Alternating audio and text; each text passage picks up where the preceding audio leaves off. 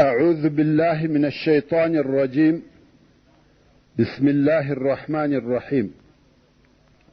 إن الحمد لله نحمده ونستعينه ونستغفره ونعوذ بالله من شرور أنفسنا وسيئات أعمالنا، من يهده الله فلا مضل له ومن يضلل فلا هادي له، وأشهد أن لا إله إلا الله وحده لا شريك له، وأشهد أن محمدا عبده ورسوله صلى الله عليه وآله وأصحابه وسلم تسليما كثيرا. أما بعد، د سرور کائنات صلى الله عليه وآله وسلم ژوند څوارلسمه فته. السلام علیکم ورحمة الله وبرکاته. محترم ورونو، په تیره دیارلسمه فته کې موږ د رسول الله صلی الله علیه و آله وسلم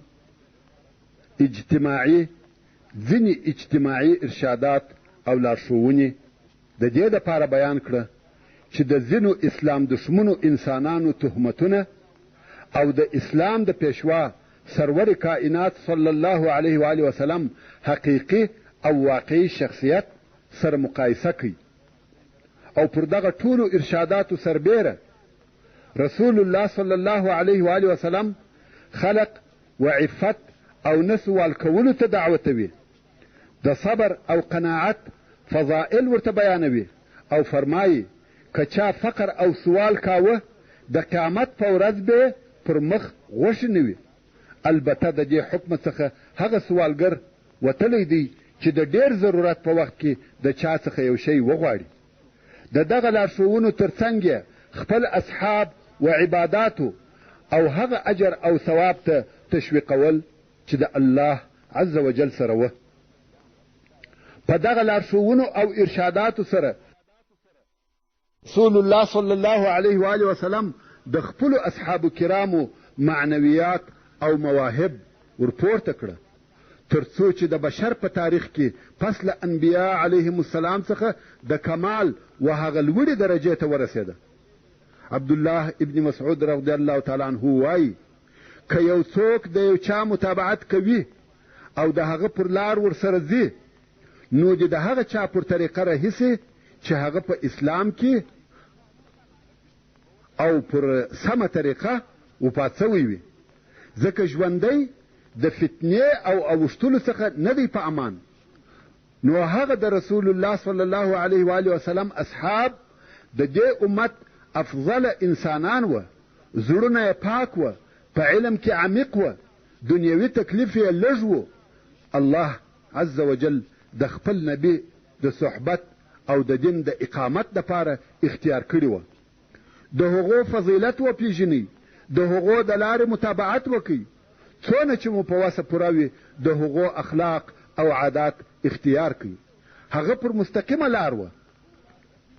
او بیا په خپله رسول الله صلی الله علیه و آله وسلم د ټوله امت قائد اعظم داسې ظاهري او معنوي کمالات درلوده، داسې مجد او فضیلت یې درلودی، داسې ښه اخلاق او ښه خویونه یې درلوده چې زړونه ورکشېده او نفسونه تر قربانېده، چې یوه خبره به نه وه کړې صحابه کرامو به د هغه پر عملي کولو تلوار کاوه. نو رسول الله صلی الله علیه و آله وسلم په دغه عالی اوصافو سره وکولای سوای چې په مدینه منوره کې یوه نوې د مجد او شرف داسې ټولنه جوړه کړي چې په تاریخ کې یې مثل نه لیدل کیږي، او د دغه ټولنې د مشاکلو د لرې کولو دپاره داسې حل پیدا کړي چې یو انسان په راحت سره ژوند پکښې وکړي. دا هم په داسې وخت کې چې د هغه وخت انسانانو د جهالت په تاریکیو کې ژوند کاوه، خو په دغه لارښوونو او په دغه لوړو معنویاتو د دغه نوې ټولنې عنصرونه پوره سوه، او د وخت د ټولو مشاکلو په مخ کې ودرېده. د ورځو او تاریخ مخ یې وسمې لارې ته واړاوه.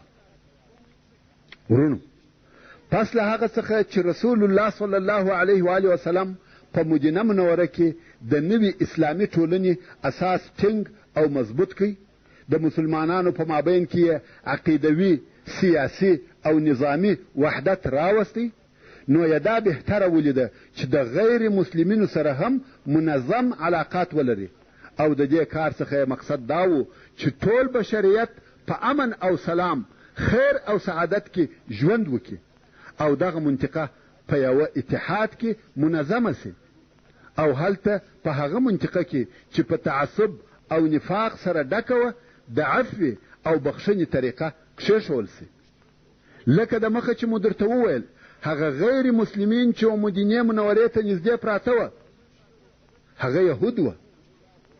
دغه یهودو که څه هم پټ په زړو کې د مسلمانانو سره عداوت درلودی، مګر تر اوسه پورې یې هیڅ مقاومت او دشمني نه وه ښکاره کړې. نو رسول الله صلی الله علیه و آله وسلم د یهودو سره هم یوه خاصه معاهده ولیکل چې په هغه معاهده کې یې یهودو ته دینی او مالی مطلقه ازادي ورکړې وه، او رسول الله صلی الله علیه و آله وسلم د دوی دپاره د فراره کولو یا د مالو د مصادره کولو یا د دشمنۍ هیڅ سیاست نو اختیار کړی. او دغه معاهده د هغې معاهدې تر څنګ وه چې په خپله د مسلمانانو تر مابین لیکل سوې وه، چې د هغې معاهدې مهمې مادې مو درته بیان کړې، او اوس به د یهودو سره د معاهدې مهم ټکي درته بیان سي چې دا هم اسلامي قانون دی. اول، یهود د بني عوف د مسلمانانو سره یو امت دی. د یهودو خپل دین دی او د مسلمانانو خپل دین دی. د دوی مریان او د دوی ځانونه په دوی اړه لري. دوهم، یهود خپل خرڅ او مصرف کوي او مسلمانان خپل خرڅ او خپل مصرف کوي. دریم، یهود او مسلمانان به یو د بل کومک د هغه چا په مقابل کې کوي چې د دوی سره جنگ یا پر دوی تجاوز او تیری کوي. څلورم، یو سړی د بل حلیف په ګناه نه نیول کیږي او د مظلوم به کومک کیږي. پنځم، تر کومه وخته چې مسلمانان په جنگ کې وي یهود د مسلمانانو ملګري دي. شپږم، که د دغه عهدنامې د خلقو په مابین کې یوه داسې شخړه یا جنجال پیښ سو چې د هغه څخه د شر او فساد بیره وه، هغه موضوع به و الله او رسول الله صلی الله علیه و آله وسلم ته محول کیږي. اوم، و قریشو او و هغو کسانو ته چې د قریشو نصرت کوي جوار نور کول کیږي. اتم، مسلمانان او یهود به یو د بل کومک د هغه چا په مقابل کې سره کوي چې پر مدینه منوره حمله کوي، او پر هر چا د هغه حصې ساتنه ده چې د دوی و طرف ته وي. نهم، دغه عهدنامه بې له ظالمه او ګناهکاره بل څوک نه ماتوي. یعنی هر چا که دغه عهدنامه ماته کړه هغه ظالم او آثم دی او جزا ورکول کیږي. ورونو، د دغه عهدنامې په لیکلو سره مدینه منوره او د هغه شاوخوا یو وفاقي دولت او حکومت سو چې نن ورځ فدرالي حکومت هم ورته وایي، چې مرکز او پایتخت یې مدینه منوره سو. او د دغه حکومت رئیس که چیرې دغه تعبیر صحیح وي رسول الله صلی الله علیه و آله وسلم دی. حکم او امر په دغه حکومت کې د مسلمانانو دی چې په دغه عهدنامه سره مدینه منوره د اسلام دپاره یو حقیقي او واقعي مرکز او پایتخت وګرځېده، او د پاره د دې چې د امن او سلام منطقه نوره هم پراخه سي. رسول الله صلی الله علیه و آله وسلم په راتلونکو وختو کې د نورو قبایلو سره هم د وخت د مراعات سره سم دغسې معاهدې کړي او لیکلي دي چې په راتلونکي بحثو کې به پر خپل ځای درته بیان سي. ورونو، موږ مخکې هغه تکالیف او آزارونه درته بیان کړه چې د مکې مکرمې کفارو پر مسلمانانو تیرول، او د دوی هغه کارونه مو درته بیان کړه چې د هجرت په وخت کې د مسلمانانو سره وکړه، چې د هغه اعمالو په سبب د مکې مکرمې کفار د دې وړ وګرځېده چې جنگ ورسره وسي او مالونه یې مصادره کړه سي. خو دوی پر هغه اعمالو سربیره بیا هم هغه خپل عداوت نه پرېښاوه او د غفلت د خوبه څخه نه راویښېده، بلکې په دې ډېر خفه وه چې مسلمانان ولې د دوی د عذابو څخه خلاص وه اول یې په مدینه منوره کې د امان ځای پیدا کړي. نو یې عبدالله ابن ابی ابن سلول ته، هغه چې مشرک او د انصارو رئیس بلل کېدی، که رسول الله صلی الله علیه و آله وسلم هجرت نه وای کړی او انصارو ایمان نه وای راوړی، قریبه وه چې اهل مدینه یې پر خپلو ځانو پاچا وګرځوي. نو قریشو و دغه عبدالله ابن ابی او د ده و مشرک ملګرو ته خط ولیکي چې ورته لیکلي وه: تاسې زموږ و سړي ته ځای ورکئ، موږ په الله سره قسم یادوو چې یا به جنګ ورسره کوئ او د خپله ښاره څخه بیا باسئ، یا به موږ ټوله پر تاسې حمله کوو، تاسې به وژنو او ښځې به مو بندیانې نیسو. د دغه لیک په رسېدلو سره عبدالله ابن ابی اراده وکړه چې د مکې مکرمې د مشرکانو امر پر ځای کړي. یو خو په خپله ده د رسول الله صلی الله علیه و آله وسلم سره ذاتي حسد او عداوت درلودی، ځکه ده دا فکر کاوه چې رسول الله صلی الله علیه و آله وسلم د ده پاچهي د ده څخه اخیستې ده، او بل دا امر هم ورته راغلی. عبدالرحمن ابن کعب رضی الله تعالی عنه وایي کم وخت چې عبدالله ابن ابی او د ده بتپرستو ملګرو ته دا امر ورسېدی، خپل نفر یې د رسول الله صلی الله علیه و آله وسلم د جنگ دپاره سره راټول کړه. رسول الله صلی الله علیه و آله وسلم چې په دې واقعه خبر سو، نو ورغلی او ورته ویل: د قریشو د جنگ وعدې و دغه حال ته ورسولاست؟ قریش دونه ضرر نسي رسولای لکه دغه اوس چې تاسې و خپلو ځانو ته رسوئ. تاسې غواړئ چې د خپلو ورونو او اولادو سره وجنګېږئ؟ هغو چې د رسول الله صلی الله علیه و آله وسلم دغه خبرې واورېدې، بیرته سره وپاشل سوه، او عبدالله ابن ابی په دغه وخت کې د جنگ اراده پرېښول. خو دا معلومه خبره وه چې عبدالله همیشه د قریشو طرفداره و. هر وخت چې به دا موقع په لاس ورغله چې مسلمانان او مشرکان په جنگ سره اخته کې، ده به خپل ټول کوښښونه کول، او په دغه کار کې یهودو هم د ده کومک کاوه.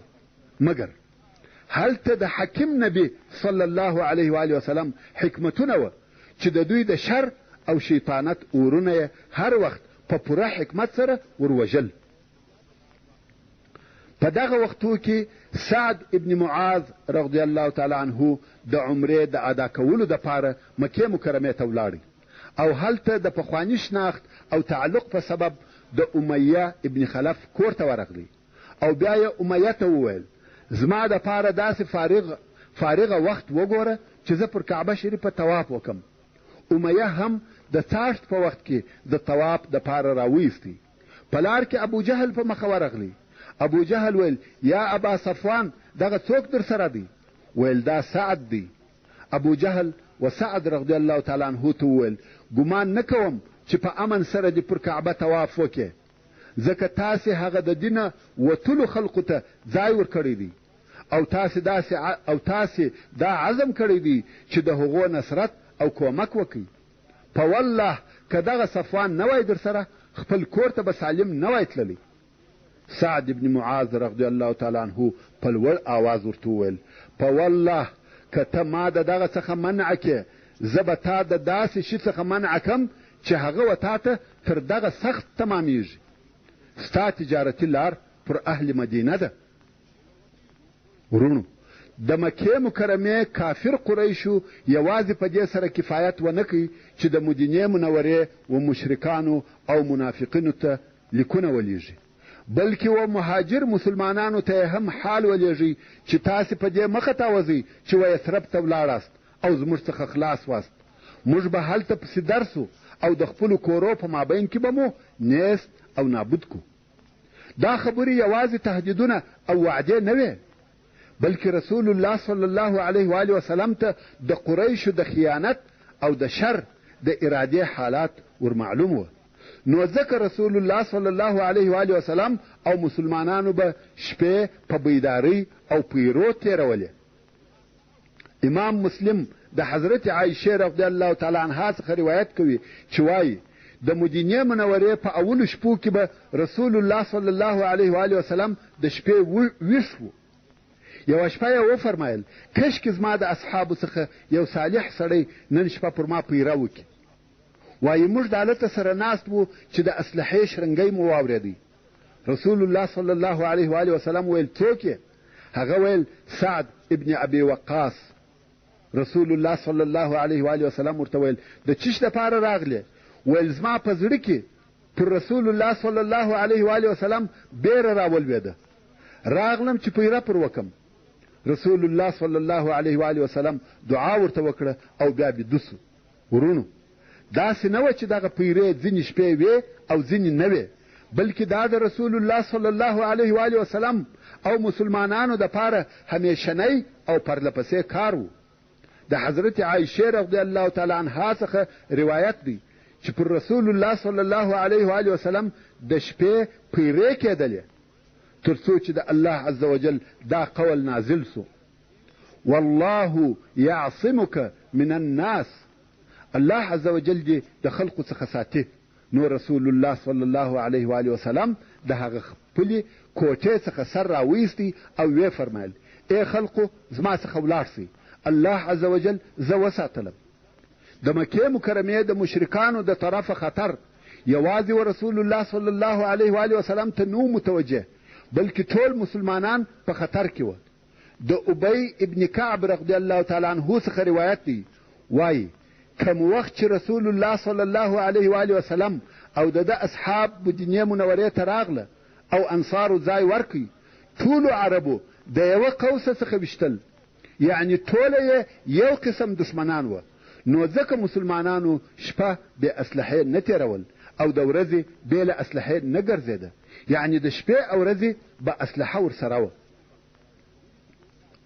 د دغه خطرناکو حالاتو په جریان کې کم چې په مدینه منوره کې د مسلمانانو وجود په خطر کې اچولی و او د قریشو پر دغه حال یې دلالت کاوه چې دوی هیڅکله د غفلت د خوبه څخه نه راویښیږي او د خپلو سرکشیو څخه لاس نه اخلي، الله عز وجل و مسلمانانو ته په جنگ کولو سره اجازه ورکړه. دا فقط اجازه وه، د جهاد فرضیت نو. الله عز وجل د سورة الحج په 19 نمبر آیات کې فرمایي: اذن للذین یقاتلون بانهم ظلموا وان الله على نصرهم لقدیر. یعنی حکم او اجازه د جنگ هغو کسانو ته ورکول سوی ده چې د دوی سره د کفارو د طرفه جنگ کیږي، دا هم په دې سبب چې پر دوی ظلم کیږي او بېشکه چې الله عز وجل د دوی پر نصرت او کومک قادر دی. کم وخت چې دغه د جنگ کولو اجازه نازله سوه، په دغه وختو کې چې مسلمانانو ته یوازنی لوی او سرکشه قوت متوجه و هغه د قریشو قوت و. نو حکمت دا و چې مسلمانان خپله سیطره او تسلط پر هغه لارو قائم کی کم چې هغه د مکې مکرمې څخه و شام ته د قریشو د تجارت لار وه. او رسول الله صلی الله علیه و آله وسلم د دغې لارې د سیطرې دپاره دوه کاره یا دوې نقشې عملي کړې. اول دا چې رسول الله صلی الله علیه و آله وسلم د هغه قبیلو سره چې د دغه لارې پر شاوخوا پرتې وې یا د مدینې منورې څخه تر دغه لارې پورې پرتې وې د حلف یا یو پر بل د نه تجاوز کولو معاهدې ولیکلې، لکه څرنګه چې د یهودو سره د مخه معاهده لیکل سوې وه. دغه رنګه د تجاوز نه کولو معاهده د مخه تر دې چې عسکري نشاط یا عسکري تحرکات شروع سي د جهینه د قبیلې سره ولیکل سوه چې دغه د جهینه د قبیلې کورونه د مدینې منورې څخه 3 میله لرې پراته وه. او دغه رنګه رسول الله صلی الله علیه و آله وسلم نورې د نه تجاوز کولو معاهدې د خپلو عسکري پیرو او گشتو په ترڅ کې د نورو قبیلو سره هم ولیکلې چې پر خپل وخت به درته بیان سي. دوهم دا چې رسول الله صلی الله علیه و آله وسلم دغه د قریشو تجارتي لارو ته معلوماتي پرلپسې ډلې لېږلې. نو د دغه دوو نقشو د عملي کولو دپاره په مسلمانانو کې عسکري نشاط او تحرکات شروع سوه. البته دغه کارونه پس له هغه الهي اجازې څخه وه چې د جنگ دپاره ورکول سوه. ورونو اوس به هغه غذاوې او سریې چې تر بدر د مخه پیښې سوي دي درته بیان کم. خو دغه یوه شي ته همیشه متوجه اوسئ. د سیرت یا تاریخ په کتابو کې هر هغه جنگ ته چې په خپله رسول الله صلی الله علیه و آله وسلم وتلی وي، که جنگ سوی وي که نه وي سوی، و هغه ته غزا ویل کیږي. او هر هغه جنگ ته چې رسول الله صلی الله علیه و آله وسلم نه وي وتلی، بلکې د خپلو قومندانانو څخه یو څوک لیږلی وي، و هغه ته سریه ویل کیږي. سریه یعنی ټولۍ.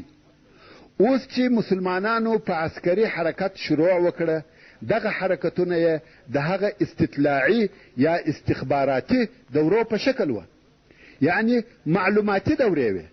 د دغه تلو او راتلو څخه د مسلمانانو مقصد دا و چې پر مدینه منوره راګرځېدلې لارې ورمعلومې سي، او هغه لارې ورمعلومې سي چې مکې مکرمې ته ځي، او د هغه قبایلو سره د صلح معاهدې ولیکي چې د دغه لارو پر شاوخوا دي، او په عین وخت کې د مدینې منورې مشرکان او یهود او شاوخوا هغه صحرایي عرب چې پر دوی راګرځېدلي وه په دې پوه کړي چې مسلمانان قوي دي او د هغه پخواني ضعفه څخه خلاص وه، او په عین وخت کې قریشو ته هم اخطار ورکړي چې د غفلت د خوب څخه راویښ او شاید قریش پر خپل تجارت او اقتصاد دغه خطر حس کړي او د صلح لار اختیار کړي.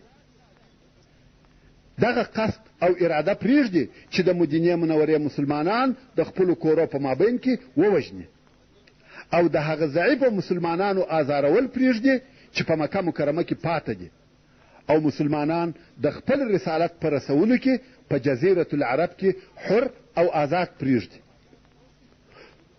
اوس به په اختصار سره د دغه سریو حالات درته بیان سي.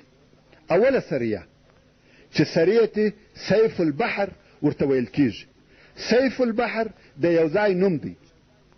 د هجرت په اول کال د روژې په میاشت کې چې د 623 میلادي کال د مارچ میاشت وه، رسول الله صلی الله علیه و آله وسلم یوه ټولۍ یا سریه جوړه کړه چې د نفرو شمېر یې 10 نفره د مهاجرینو وو، او مشر یا قومندان د دغه ټولۍ سیدنا حمزه ابن عبدالمطلب رضی الله تعالی عنه د رسول الله صلی الله علیه و آله وسلم اکاو.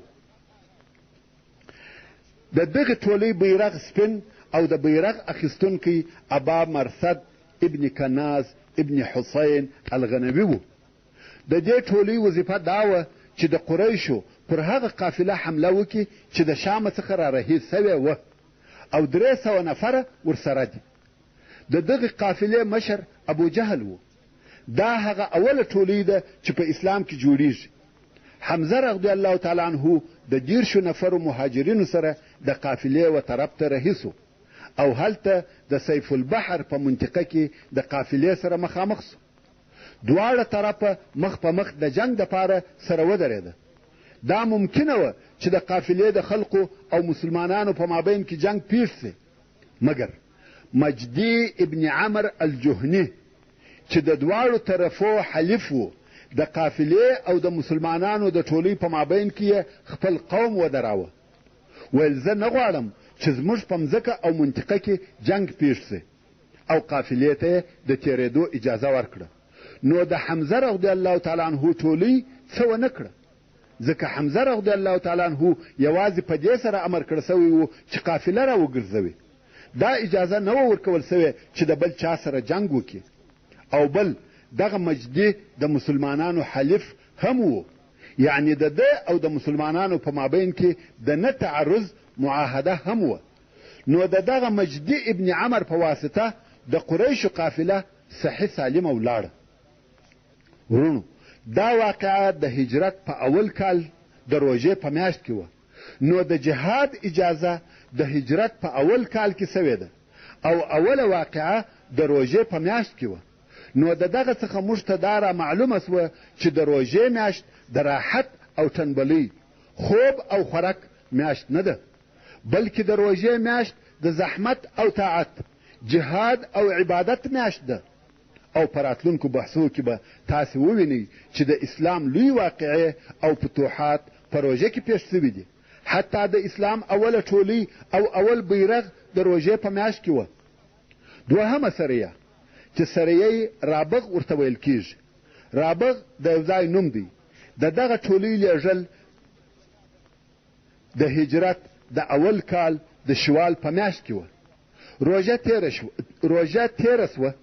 د شوال په میاشت کې رسول الله صلی الله علیه و آله وسلم یوه بله ټولۍ د عبیده ابن الحارث ابن عبدالمطلب په مشرۍ جوړه کړه چې دغه عبیده د رسول الله صلی الله علیه و آله وسلم د اکا زوی و.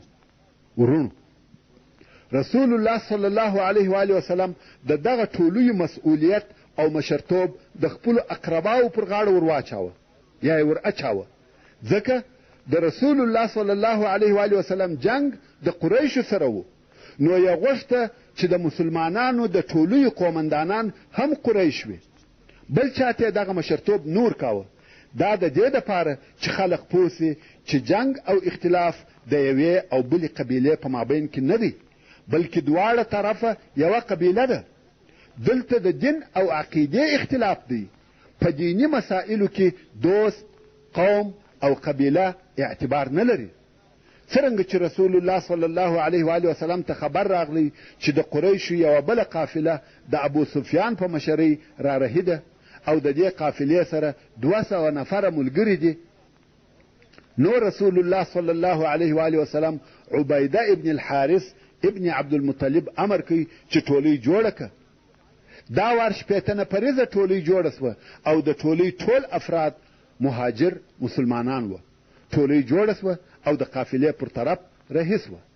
د دغه ټولۍ بیرغ سپین او د بیرغ اخیستونکی مستح ابن اثاثه ابن مطلب ابن عبد مناف و.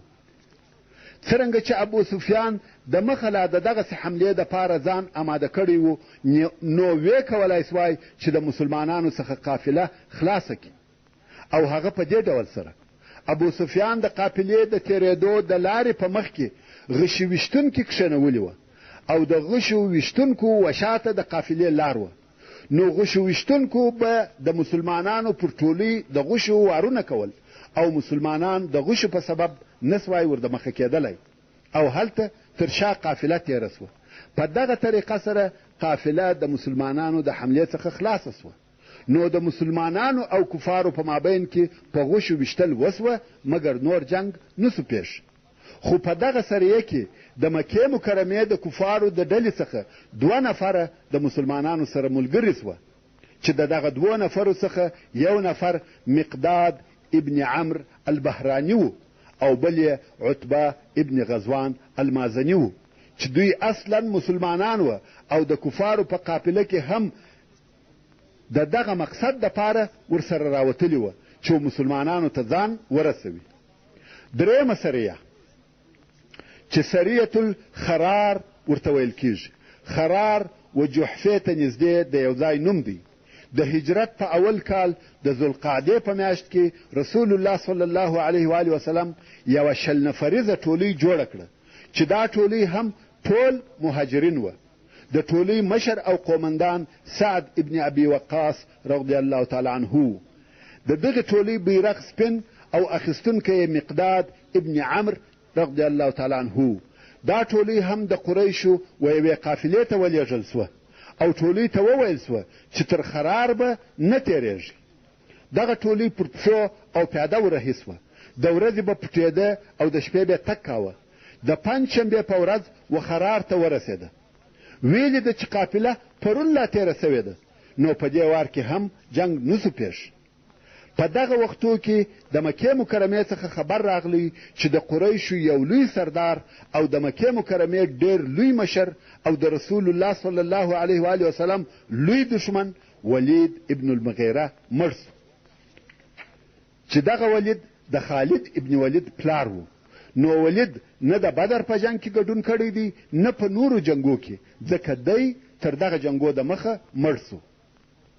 د ابوا یا ودان غزا د دغه درو ټولیو تر لیږلو وروسته د هجرت په 2 کال کې د صفر په میاشت کې رسول الله صلی الله علیه و آله وسلم په خپله په یوه غزا ووتی او دغه غزا ته غزوة الابوا یا غزوة الودان ویل کیږي. ودان د مکې مکرمې او مدینې منورې په مابین کې د یو ځای نوم دی او ابوا و ودان ته نږدې د بل ځای نوم دی.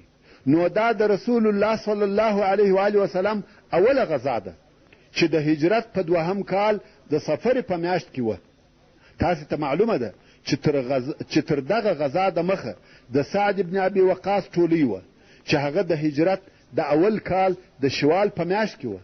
څرنګه چې تر شوال وروسته ذوالقعده داخله سوه او هغه د حرامو میاشتو څخه وه، نور نو جنګ پاته سو. ذوالقعده، ذوالحجه او محرم 3 سره هغه میاشتې وې چې جنګ پکښې منع او حرام و. نو ځکه په دغه 3 میاشتو کې کومه غزا یا سریه یا جنګ نه دی پیښ شوی. کوم وخت چې دغه 3 حرامې میاشتې تېرې سوې او جنګ جائز سو، نو فورا رسول الله صلی الله علیه و آله وسلم په خپله د مهاجرینو څخه او یا نفریزه لښکر جوړ کړي، غواړي چې د قریشو پر یوه قافله حمله وکړي تر څو چې ودان ته ورسېدی. څرنګه چې قافله د بني زمره د قبیلې په منطقه کې وه، دلته عمرو بن مخشي الزمري چې د بني زمره د مشرانو څخه و، خپل قوم د قافلې او مسلمانانو په مابین کې ودراوه او قافله تېره سوه. دغه عمرو د رسول الله صلی الله علیه و آله وسلم څخه د دوستی او نه تجاوز د معاهدې غوښتنه وکړه. رسول الله صلی الله علیه و آله وسلم هم دا د غوښتنه قبول کړه او داسې معاهده یې ورسره وکړه. دا د محمد رسول الله صلی الله علیه و آله وسلم د طرفه د بني زمره سره عهد دی چې دوی پر خپلو مالو او ځانو په امان دي او موږ د هغه چا په مقابل کې د دوی کومک کوو چې پر دوی حمله وکړي، بې له هغه وخت څخه چې دوی د الله د دین سره وجنګیږي. او که رسول الله صلی الله علیه و آله وسلم د دوی څخه کومک وغوښتی، دوی به کومک کوي. په دغه غزا کې رسول الله صلی الله علیه و آله وسلم 15 ورځې تر مدینې منورې د باندې تېرې کړې. د دغه غزا بیرغ سپین او اخیستونکی یې حمزه رضی الله تعالی عنه. د بوات غزا د هجرت د 2 کال د ربیع الاول په میاشت کې 2 وار بیا په خپل رسول الله صلی الله علیه و آله وسلم په غزا ووتی چې دا د رسول الله صلی الله علیه و آله وسلم 2مه غزا ده او غزوة البوات ورته ویل کیږي. بوات د جهینه د غرو څخه یو غر دی چې د شام ولارې ته نږدې دی. دا وار د رسول الله صلی الله علیه و آله وسلم سره 200 نفره سپاره ورسره وه چې په دغه وخت کې د مسلمانانو هغه لوی لښکر دغه و. او د دې غزا څخه بیا هم د قریشو یوه قافله مقصد وه چې 2500 اوښان پکښې وه او د دغه لوی قافلې سره فقط 100 نفره ساتونکي ملګري وه. د دې قافلې مشر امیه ابن خلف الجمحي و، مګر دا قافله هم د مسلمانانو د حملې څخه خلاصه سوه ځکه قافلې ته مخکې لا خبر رسېدلی و او لار یې واړوله. قافله تېره سوه او جنګ نسو پیښ. د دغه اسلامي لښکر بیرغ سپین او د بیرغ اخیستونکی سعد ابن ابي وقاص رضی الله تعالی عنه. د صفوان غزا د هجرت د 2 کال د ربیع الاول په میاشت کې کرز ابن جابر الفهري د مشرکانو د قواو په ملګرتیا په پټه د مدینې منورې پر اطرافو کوم چې هلته د اهل مدینې باغونه وه او حیوانات یې ګرځېده حمله یې وکړه. د باغو څخه یې خرماوي او میوې ورسره واخیستې او ځینې حیوانات یا مواشي یې ورسره بوتله او یو نفر د انصارو څخه چې په خپل کښت کې یې کار کاوه شهید کړي او دغه د کرز ابن جابر ډله بیرته وتښتېده. خو هلته چغې او نارې جوړې سوې. رسول الله صلی الله علیه و آله وسلم دغه نارې واورېدې، فورا پر خپل آس سپور سو او هغه طرف ته رهي سو. اصحاب کرامو چې واورېده چې رسول الله صلی الله علیه و آله وسلم و هغې خواته ولاړ، هر یو کوشش کوي چې ژر و هغه طرف ته رهي سي، هر یو ځان تیاروي او رهي کیږي. نو خود پاشلي او یو پر هغه طرف ورهي دي ځکه یو په واقعه خبریږي. په دغه حال کې د مسلمانانو او یا نفریز لښکر جوړ سو، په کرز او د هغه په قواو پسې ورووتی. کرز چې تر شا په ځان پسې نفر ولیده، هغه خرماوي چې ورڅخه وې هغه یې غورځولې او غواړي چې ځان خلاص کړي. او هغه اول نفر چې په ده پسې دی او تعقیبوي هغه رسول الله صلی الله علیه و آله وسلم دی، تر څو چې د بدر سره و یوې شیلې ته ورسېدی چې و دغه شیلې ته صفوان ویل کیږي او ځان یې خلاص کړي. نو د غزا نوم هم غزوة صفوان سو، مګر د مسلمانانو لشکر په کرز پسې نه ورسېدی او بې له جنګه بیرته راوګرځېدی. دغې غزا ته د بدر اوله غزا هم ویل کیږي، ځکه د بدر په منطقه کې وه. په دغه غزا کې د مسلمانانو بیرغ سپین او اخیستونکی یې علي ابن ابي طالب رضی الله تعالی عنه. د ذوالعشیره غزا، ذوالعشیره د ینبوع و طرف ته د یوه ځای نوم دی. د هجرت د دوهم کال د جمادی الاول د میاشتې په آخر کې رسول الله صلی الله علیه و آله وسلم د 150 نفرو مهاجرینو په ملګرتیا پر 10 اوښانو د غزا دپاره ووته. د دې غزا مقصد د قریشو پر یوه قافله حمله وه، ځکه مسلمانانو ته خبر ورسېدی چې د مکې مکرمې څخه د قریشو یوه لو قافله راووته چې د ټولو قریشو مالونه پکښې دي او شام ته ځي. نو مسلمانانو غوښته چې پر دغه قافله حمله وکړي. مسلمانان چې ذوالعشیرې ته یا ذوالعشیرې ته ورسېده ویلې ده چې قافله څو ورځې مخکې تېره سوې ده او دا هغه قافله ده چې بیرته د شامه څخه راتله او مسلمانان د حملې دپاره ورووته او په نتیجه کې یې د بدر لو غزا پیښه سوه. او په دغه غزا کې رسول الله صلی الله علیه و آله وسلم د بني مدلج د قبیلې او د هغو د حلفاو سره د نه تجاوز یا نه حملې کولو معاهده وکړه. او رسول الله صلی الله علیه و آله وسلم په دغه منطقه کې د ډېرې مودې دپاره چې څوک وایي یوه میاشت وه پاته سو. دا د دې دپاره چې د مسلمانانو قوت، قدرت او سلطه و خلقو ته ورمعلوم سي، ځکه دا هغه منطقې دي چې مسلمانانو ته نږدې دي او د دغه منطقو خلق د مسلمانانو قوت او طاقت ومني. او دغه منطقې د قافلو لار ده. په دغه غزا کې د مسلمانانو بیرغ سپین او اخیستونکی یې حمزه رضی الله تعالی عنه. محترم ورونو، موږ تر دغه ځایه پورې د مسلمانانو په عسکري او اطلاعاتي حرکتو کې په ترتیب سره اول د درو سریو بیان درته وکړي او بیا مو د رسول الله صلی الله علیه و آله وسلم د 4 غزاو بیان درته وکړي چې نه په سریو کې جنگ پیښ شوی دی نه په غزاو کې.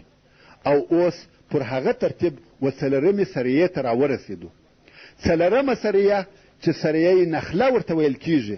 نخله د طائف او مکې مکرمې په مابین کې د یو ځای نوم دی چې دا سریه د بدر تر غزا د مخه وه او د بدر تر غزا پورې دا آخري ټولۍ یا سریه ده. د هجرت په 12 کال د رجب په میاشت کې رسول الله صلی الله علیه و آله وسلم عبدالله ابن جحش الاسدي رضی الله تعالی عنه د 12 نفرو مهاجرینو سره او په بل روایت کې د 8 نفرو سره ونخله ته ولېږي چې پر 2 نفرو یې یو اوښ درلودی او په نوبت پر سپرېده. په دغه ډله کې سعد ابن ابي وقاص رضی الله تعالی عنه هم وو او رسول الله صلی الله علیه و آله وسلم و دغه عبدالله ابن جحش ته یو لیک ورکړي او ویل دا لیک به تر هغو نه ګورې چې د 2 ورځو مزل دې نه وي کړی. دغه ټولۍ چې 2 ورځې لار ووهل بیا یې نو لیک خلاص کړي او ویې وایه. په لیک کې د رسول الله صلی الله علیه و آله وسلم اوامر داسې نیوشته سوي وه. کم وخت چې دې زما لیک ووایه نو د نخله و طرف ته چې د طائف او مکې مکرمې په مابین کې ده رهیسه او هلته واړوه. د قریشو د قافلې انتظار کوه. کومو قافله پیدا کړه او په وسه مو پوره سوه چې ټوله یا یو څه په غنیمت واخلئ دا کار وکړئ. عبدالله ابن جحش رضی الله تعالی عنه چې لیک ووایه نو یې څه ویل سمعا وطاعتا، یعنې ستا امر مې واورېدی او اطاعت دې کوم لکه موږ چې وایو پر 2 سترګو. عبدالله ابن جحش رضی الله تعالی عنه خپل ملګري په دغه امر خبر کړه او ویل زه مو و دغه کار ته نه مجبوره کوم. که د چا شهادت خوښ دی راسره ملګری دې سي او که مرګ نه وي خوښ بیرته دې وګرځي، خو زه په خپله تلونکی یم. ورونو، تاسې پوهیږئ چې په صحابه کرامو کې هیڅوک داسې نه و چې د رسول الله صلی الله علیه و آله وسلم اطاعت دې ونه کړي او شهادت یې نه وي خوښ او دغه هم د دوی د کامیابۍ سبب و. نو ټوله ورسره رهي سوه، خو په لار کې د سعد ابن ابي وقاص او د عتبه ابن غزوان هغه اوښ ورک سو چې دوی دواړه په شریکان وه. دغه دوه د هغه خپل اوښ په پیدا کولو پسې ولاړه او عبدالله ابن جحش په نخله کې واړول. په دغه وخت کې د قریشو قافله راغله چې اوس کې څرمنې او نور تجارتي مالونه پکښې وه او د قافلې سره ملګري خلق دغه وه: اول عمرو بن الحضرمي، دوهم عثمان، دریم نوفل د عبدالله ابن مغیره زامن. عثمان او نوفل د عبدالله ابن مغیره زامن وه او حکم ابن کیسان. مسلمانانو مشوره سره وکړه چې نن د رجب آخري ورځ ده او رجب د هغو میاشتو څخه دی چې جنگ او تجاوز پکښې حرام دی. که جنگ ورسره وکړو د حرامې میاشتې حرمت مو مات کوي او که نن شپه پرېږدو قافله د حرم و منطقې ته داخلیږي چې هلته هم جنگ حرام دی. نو یې پر دې اتفاق سو چې جنگ به ورسره کوو. دا یو روایت و. او په بل روایت کې وایي چې د اصحاب کرامو دا خیال و چې رجب وتلی او شعبان داخل سوی دی، نو خود جنگ جائز او روا دی. پر قافله حمله وکړه. د قافلې د نفرو څخه یو نفر چې عمرو بن الحضرمي و په غشي وویشتی او ووژل سو، چې دغه نو اول مشرک سړی دی چې د مسلمانانو د طرفه وژل کیږي. څرنګه چې قافلې آمادګي نه درلوده وارخطا سوه او په تېښته یې شروع وکړه. مسلمانانو دوه نفره د کفارو څخه بندیان ونیول چې یو یې حکم ابن کیسان و او بل یې عثمان و او نوفل په تېښته ځان خلاص کړي. مسلمانانو د قریشو قافله او بندیان مدینې منورې ته راوسته چې دا نو په اسلام کې اول مشرک وژل کیږي او اول بندیان نیول کیږي او اول غنیمت اخیستل کیږي. سبحان الله. مخکې به 30 نفره، 80 نفره، حتی 200 نفره تللي او لیږل سوي وه. بې له دې څخه چې یو څه وکړي بیرته به په خالي لاس راغله، مګر دا وار 6 نفرو یا 10 نفرو ټوله قافله او بندیان راوستل. دا د قادر الله جل جلاله قدرت و.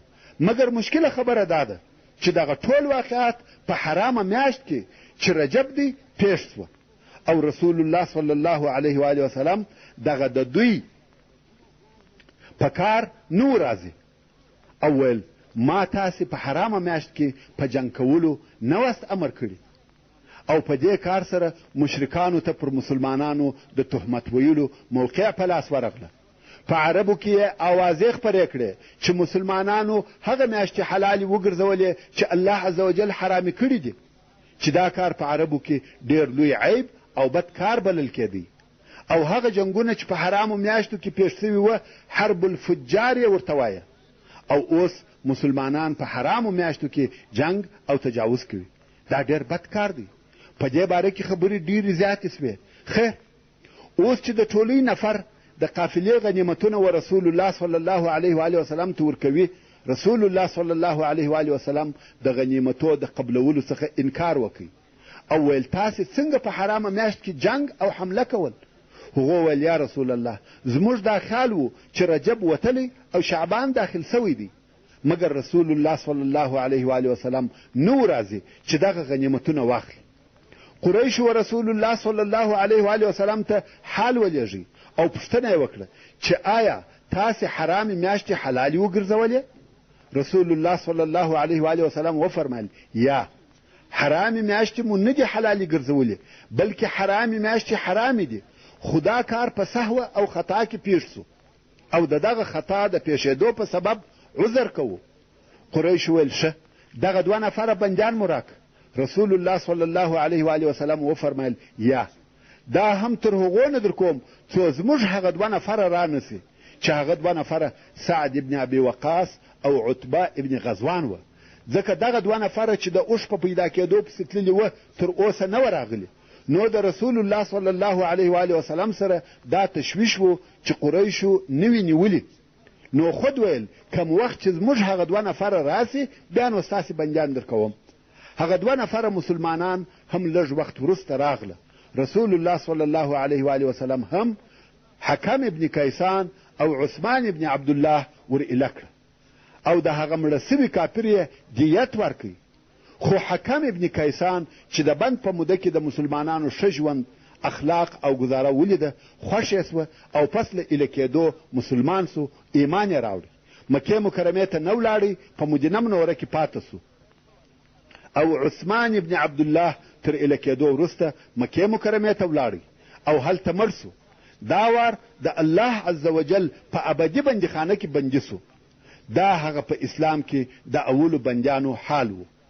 څرنګه چې کفارو د رجب د میاشتې د دغې حملې څخه د ځان په ګټه لو مسئله جوړه کړې وه او دا واقعه یې په ډېر زور او شور سره هر چیرې بیانول، نو الله عز وجل د دغه موضوع په باره کې وحی نازلې کړې او دا مسئله یې په الهي فیصله سره پای ته ورسول.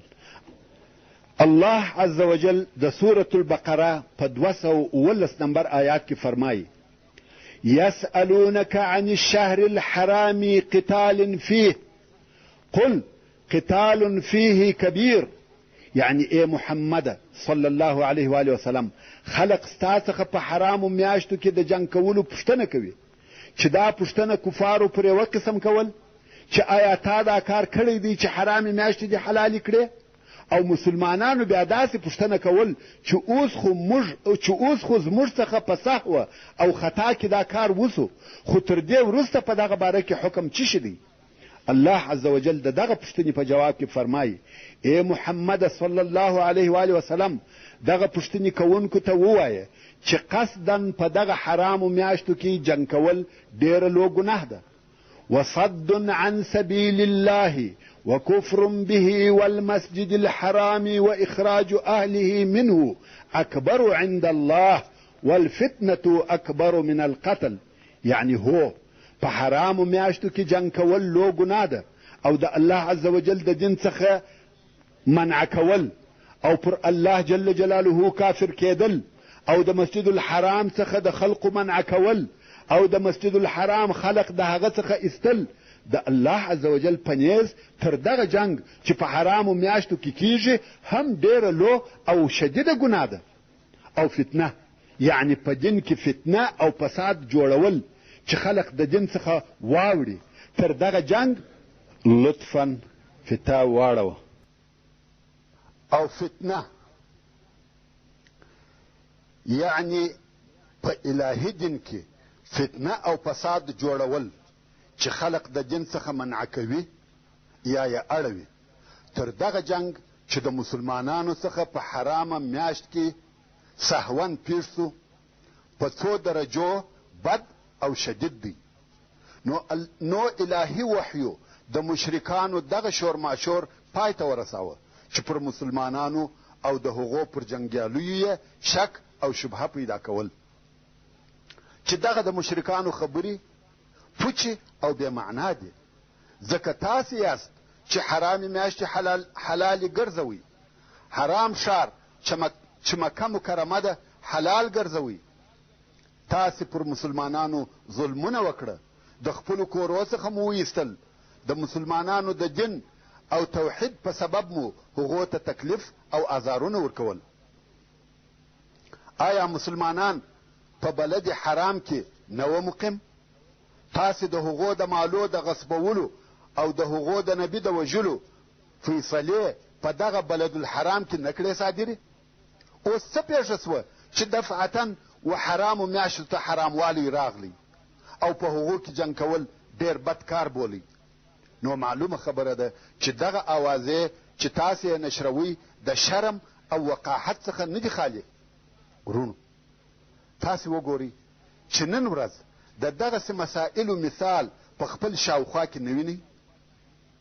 زه نه غواړم چې تبصره پر وکم، بلکې زه غواړم چې په تاسې کې هم د دغسې تبصرو استعداد پیدا سي او د سیرت النبي صلی الله علیه و آله وسلم څخه د احکامو او مثالو په راایستلو کې پوره تجربه حاصله او اعظمي ګټه واخلي.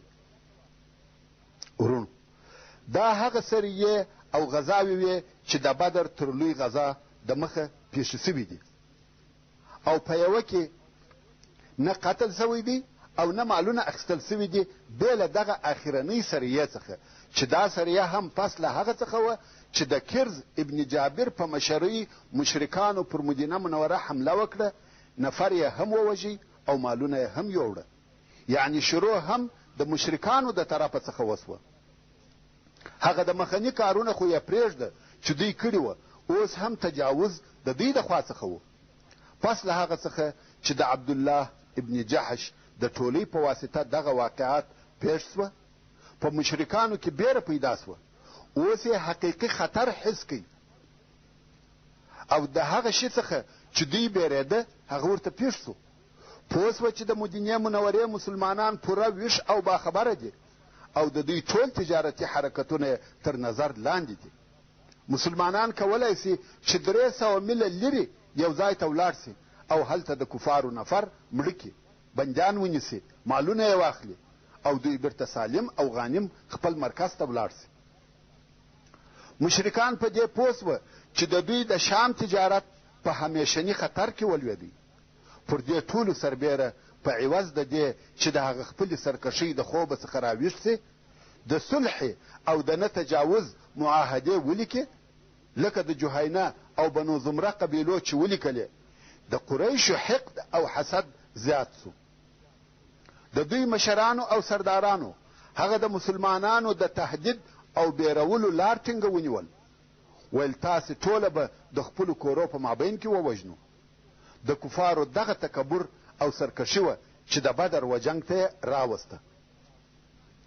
مګر پس له سریې څخه د عبدالله ابن جحش د شعبان په میاشت کې پر مسلمانانو جهاد فرض سو او د جهاد د فرضیت په باره کې واضحه او روښانه آیاتونه نازل سوه. الله عز وجل د سورة البقره په 190 191 192 193 آیاتو کې فرمایي: وقاتلوا في سبيل الله الذين يقاتلونكم ولا تعتدوا ان الله لا يحب المعتدين. یعنی ای مؤمنانو، د الله عز وجل په لار کې د هغه چا سره جنګ کوئ چې ستاسې سره جنګ کوي، او پر چا تیری او تجاوز مه کوئ. د تیری او تجاوز معنا دا ده چې ښځې، سپین ږیري او کوچنیان قصدا مه وژنئ، بېشکه چې الله عز وجل تجاوز کوونکي نه خوښوي. واقتلوهم حيث ثقفتموهم واخرجوهم من حيث اخرجوكم والفتنه اشد من القتل. او هر چیرې چې مو دغه کفار پیدا کړه یا مو لاس پر بر سو، وژنئ یې او ویې باسئ د هغه ځای څخه چې دوی تاسې ایستلي یاست. او فتنه یعنی شرک او یادا چې خلق د الله عز وجل د دینه څخه اړوي تر قتل او وژلو ډیر بد دي. ولا تقاتلوهم عند المسجد الحرام حتى يقاتلوكم فيه. او د کفارو سره په مسجد الحرام کې جنگ مکوئ تر څو چې دوی ستاسې سره په دغه مسجد کې جنگ نوي کړی. دا د مسجد الحرام فضیلت دی چې په مسجد او په ټوله حرم کې جنگ کول حرام دي. نو الله عز وجل و مسلمانانو ته فرمایي چې د کفارو سره په مسجد الحرام کې جنگ مکوئ تر څو چې دوی جنگ نوي در سره کړي. فإن قاتلوكم فاقتلوهم كذلك جزاء الكافرين. او که بیا چیرې دوی ستاسې سره په دغه حرم کې جنگ کاوه، نو تاسې هم جنگ ورسره کوئ او وژنئ یې. د کافرانو جزا همداسې ده. فإن انتهوا فإن الله غفور رحیم. سبحان الله. د الله عز وجل مهربانۍ ته وګوره. فرمایي که بیا هم دغه مشرکان خپل شرک پرېږدي، پر دغه خپلو ټولو بدو عملو سربیره ایمان راوړي، الله عز وجل غفور او رحیم دی، د دوی توبه قبلوي او ټول ګناهونه ورمعافوي. دا خو مسلمانانو ته په جهاد سره امر و. بیا نو څه موده نسوه تېره چې الله عز وجل بل قسم آیاتونه نازل کړه چې په هغه کې یې مسلمانانو ته د جنگ طریقه ورښول، جنگ ته نور هم تشویقول او د جنگ احکام یې ورښول. الله عز وجل د سورة محمد صلی الله علیه و وسلم په 4، 5، 6 او 9 نمبر آیاتو کې فرمایي فاذا لقيتم الذين كفروا فضرب الرقاب حتى اذا اثخنتموهم فشدوا الوثاق اما منا بعد واما فداء حتى تضع الحرب اوزارها ذلك ولو يشاء الله لانتصر منهم ولكن ليبلوكم بعضكم ببعض والذين قتلوا في سبيل الله فلن يضل اعمالهم سيهديهم ويصلح بالهم ويدخلهم الجنة عرفها لهم. یعنی کم وخت چې په جنگ کې د هغو کسانو سره مخامخ سي چې کافران سوي دي نو د دوی غاړې وهئ وژنئ یې تر هغو پورې چې د دوی څخه مو ښه ډېر ووژل او پر غالبه سواست بیا نو دوی ښه ټینګ وتړئ یعنی بندیان ځینې نیسئ او ټینګ یې تړئ چې در څخه خلاص نسي بیا نو یا احسان ورسره وکئ چې مفت یې ایله کئ یا فدیه ځینې واخلئ ایله یې کئ یا یې د مسلمانانو په بندیانو مبادله کئ حتی تضع الحرب اوزارها او د دغه جنگ وژلو بندي کولو سلسله به تر هغو جاري وي تر څو چې خپله اسلحه کښېږدي او جنگ بند سي د الله عز وجل دغه حکم دی او که چیرې الله عز وجل د دوی څخه د بدل اخیستلو اراده فرمایلې وای نو خامخا به بې له جنګ د دوی څخه بدله اخیستې وای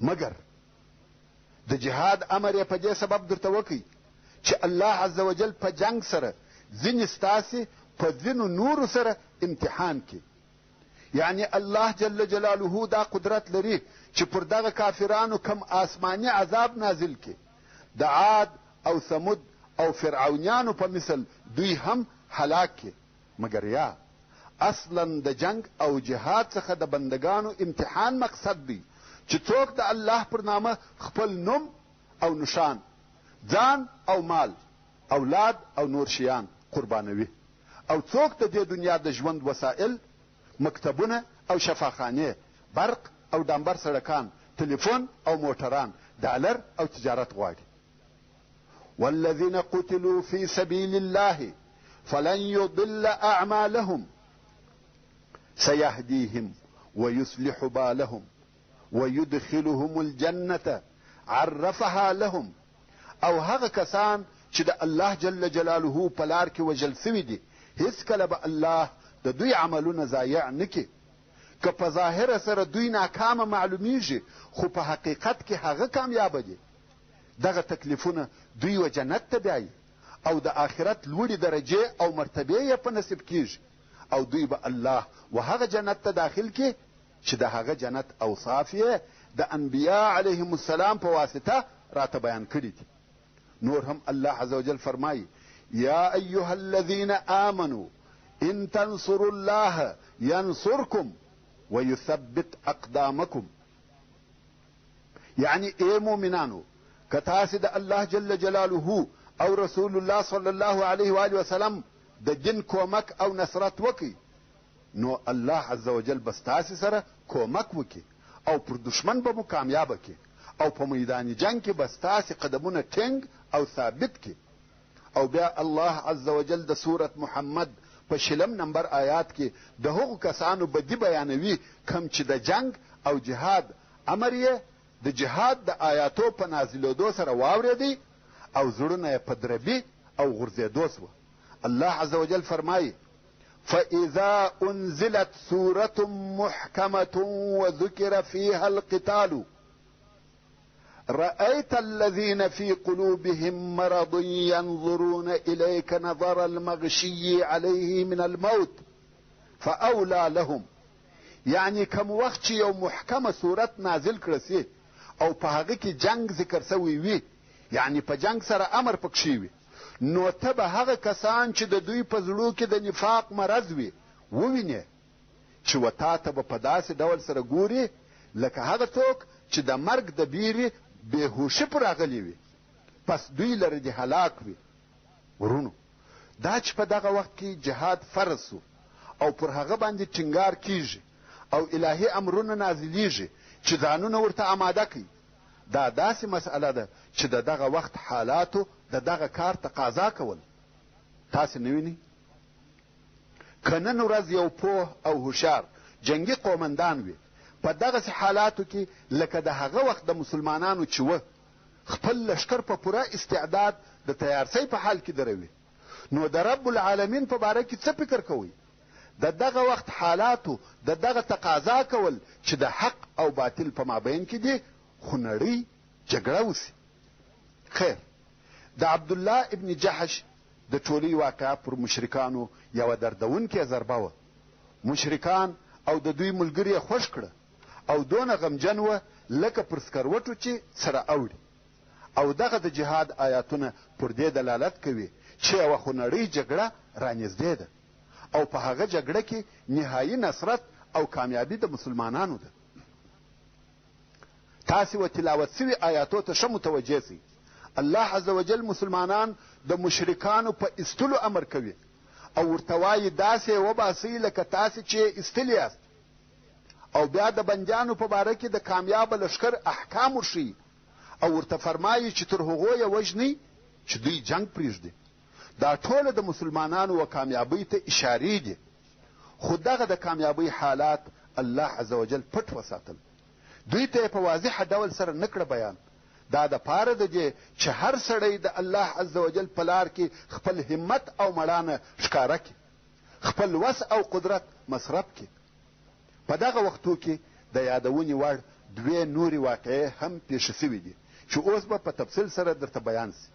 اول، د هجرت په 2 کال کې د شعبان په میاشت کې الله عز وجل د بیت المقدس څخه و بیت الله الحرام ته د قبلې د اړولو امر نازل کړي، او د دې کار څخه یوه فایده دا سوه چې هغه ضعیفه مسلمانان او منافقان، هغه چې د یهودو څخه وه او د مسلمانانو وصفو ته داخل سوي وه، د بې ځایه آوازو په اچولو ښکاره او معلوم سوه او بیرته و هغه خپل پخواني شرک ته وګرځېده چې په دغه عمل سره د مسلمانانو صفونه د ډیرو خائنانو او غادرانو څخه پاک سوه او د قبلې په اوښتلو کې د نوي دور و شروع کېدو ته یوه لطیفه اشاره وه چې دا دور به تر هغو جاري وي چې مسلمانان دغه خپله قبله فتحه کړي. او دا به عجبه نه وي چې د مسلمانانو قبله دي د دوی د دشمنانو په لاس کې وي. هو، که یو څو ورځې د دوی په لاس کې وي، خو خامخا به یوه ورځ د دوی د لاس څخه خلاصیږي. نو په دغه الهي اوامرو او په دغه اشاراتو سره د مسلمانانو حماس او نشاط زیات سو او په فی سبیل الله جهاد کې د دشمن سره مخامخ کېدو ته شوق ډیر سو. د قبلې د اوښتلو یا تبدیلېدلو پوره تفصیل داسې دی. تر دغه وخته پورې مسلمانانو د بیت المقدس و طرف ته لمونځ کاوه، خو د رسول الله صلی الله علیه و آله وسلم دا خوښه وه چې د کعبې شریفې و طرف ته لمونځ وکړي. کم وخت چې رسول الله صلی الله علیه و آله وسلم په مکه مکرمه کې و، خوښه خو یې دا وه چې لمونځ یې د کعبې شریفې و طرف ته وي، مګر څرنګه چې د الله عز وجل د طرفه امر سوی و چې لمونځ د بیت المقدس و طرف ته کوه، نو به دی علیه الصلاة وسلام داسې ځای پر لمانځه درېدی چې کعبه شریفه به د ده علیه الصلاة وسلام او د بیت المقدس په مابین کې وه، نو به د ده صلی الله علیه و آله وسلم لمونځ د بیت المقدس او کعبې شریفې د دواړو و طرف ته و، ځکه دواړه به د ده علیه الصلاة وسلام د مخ و طرف ته وه. مګر کم وخت چې مدینې منورې ته ولاړی، هلته دواړه نه سره یو ځای کېده، ځکه بیت المقدس د مدینې منورې و شمال ته دی او مکه مکرمه د مدینې منورې و جنوب ته ده. نو رسول الله صلی الله علیه و آله وسلم به د الهي امر د اطاعت سره سم لمونځ د مدینې منورې د شمال و طرف ته کاوه، یعنی د بیت المقدس و طرف ته، او کعبه شریفه به تر شا وه. نو رسول الله صلی الله علیه و آله وسلم به همیشه په دې انتظار و چې کله به قبله تغییر وکړي او دی علیه الصلاة وسلام د کعبې شریفې و طرف ته لمونځ وکړي. الله جل جلاله د رسول الله صلی الله علیه و آله وسلم د زړه غوښتنه قبوله کړه. دا یوازې خواهش او د زړه غوښتنه وه. رسول الله صلی الله علیه و آله وسلم په دې باره کې خواست او دعا نه دي کړې. دا فقط یوه قلبي آرزو وه او الله جل جلاله د رسول الله صلی الله علیه و آله وسلم دغه آرزو قبوله او منظوره کړه.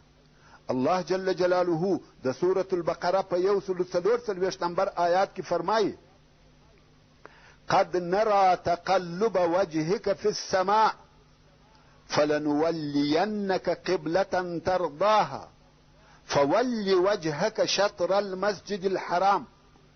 یعنی په تحقیق سره ستا د مخ اړول د آسمان و طرف ته موږ وینو، نو خامخا به موږ تا و هغه قبلې ته وګرځوو چې ته یې خوښوې او په راضي کېږې.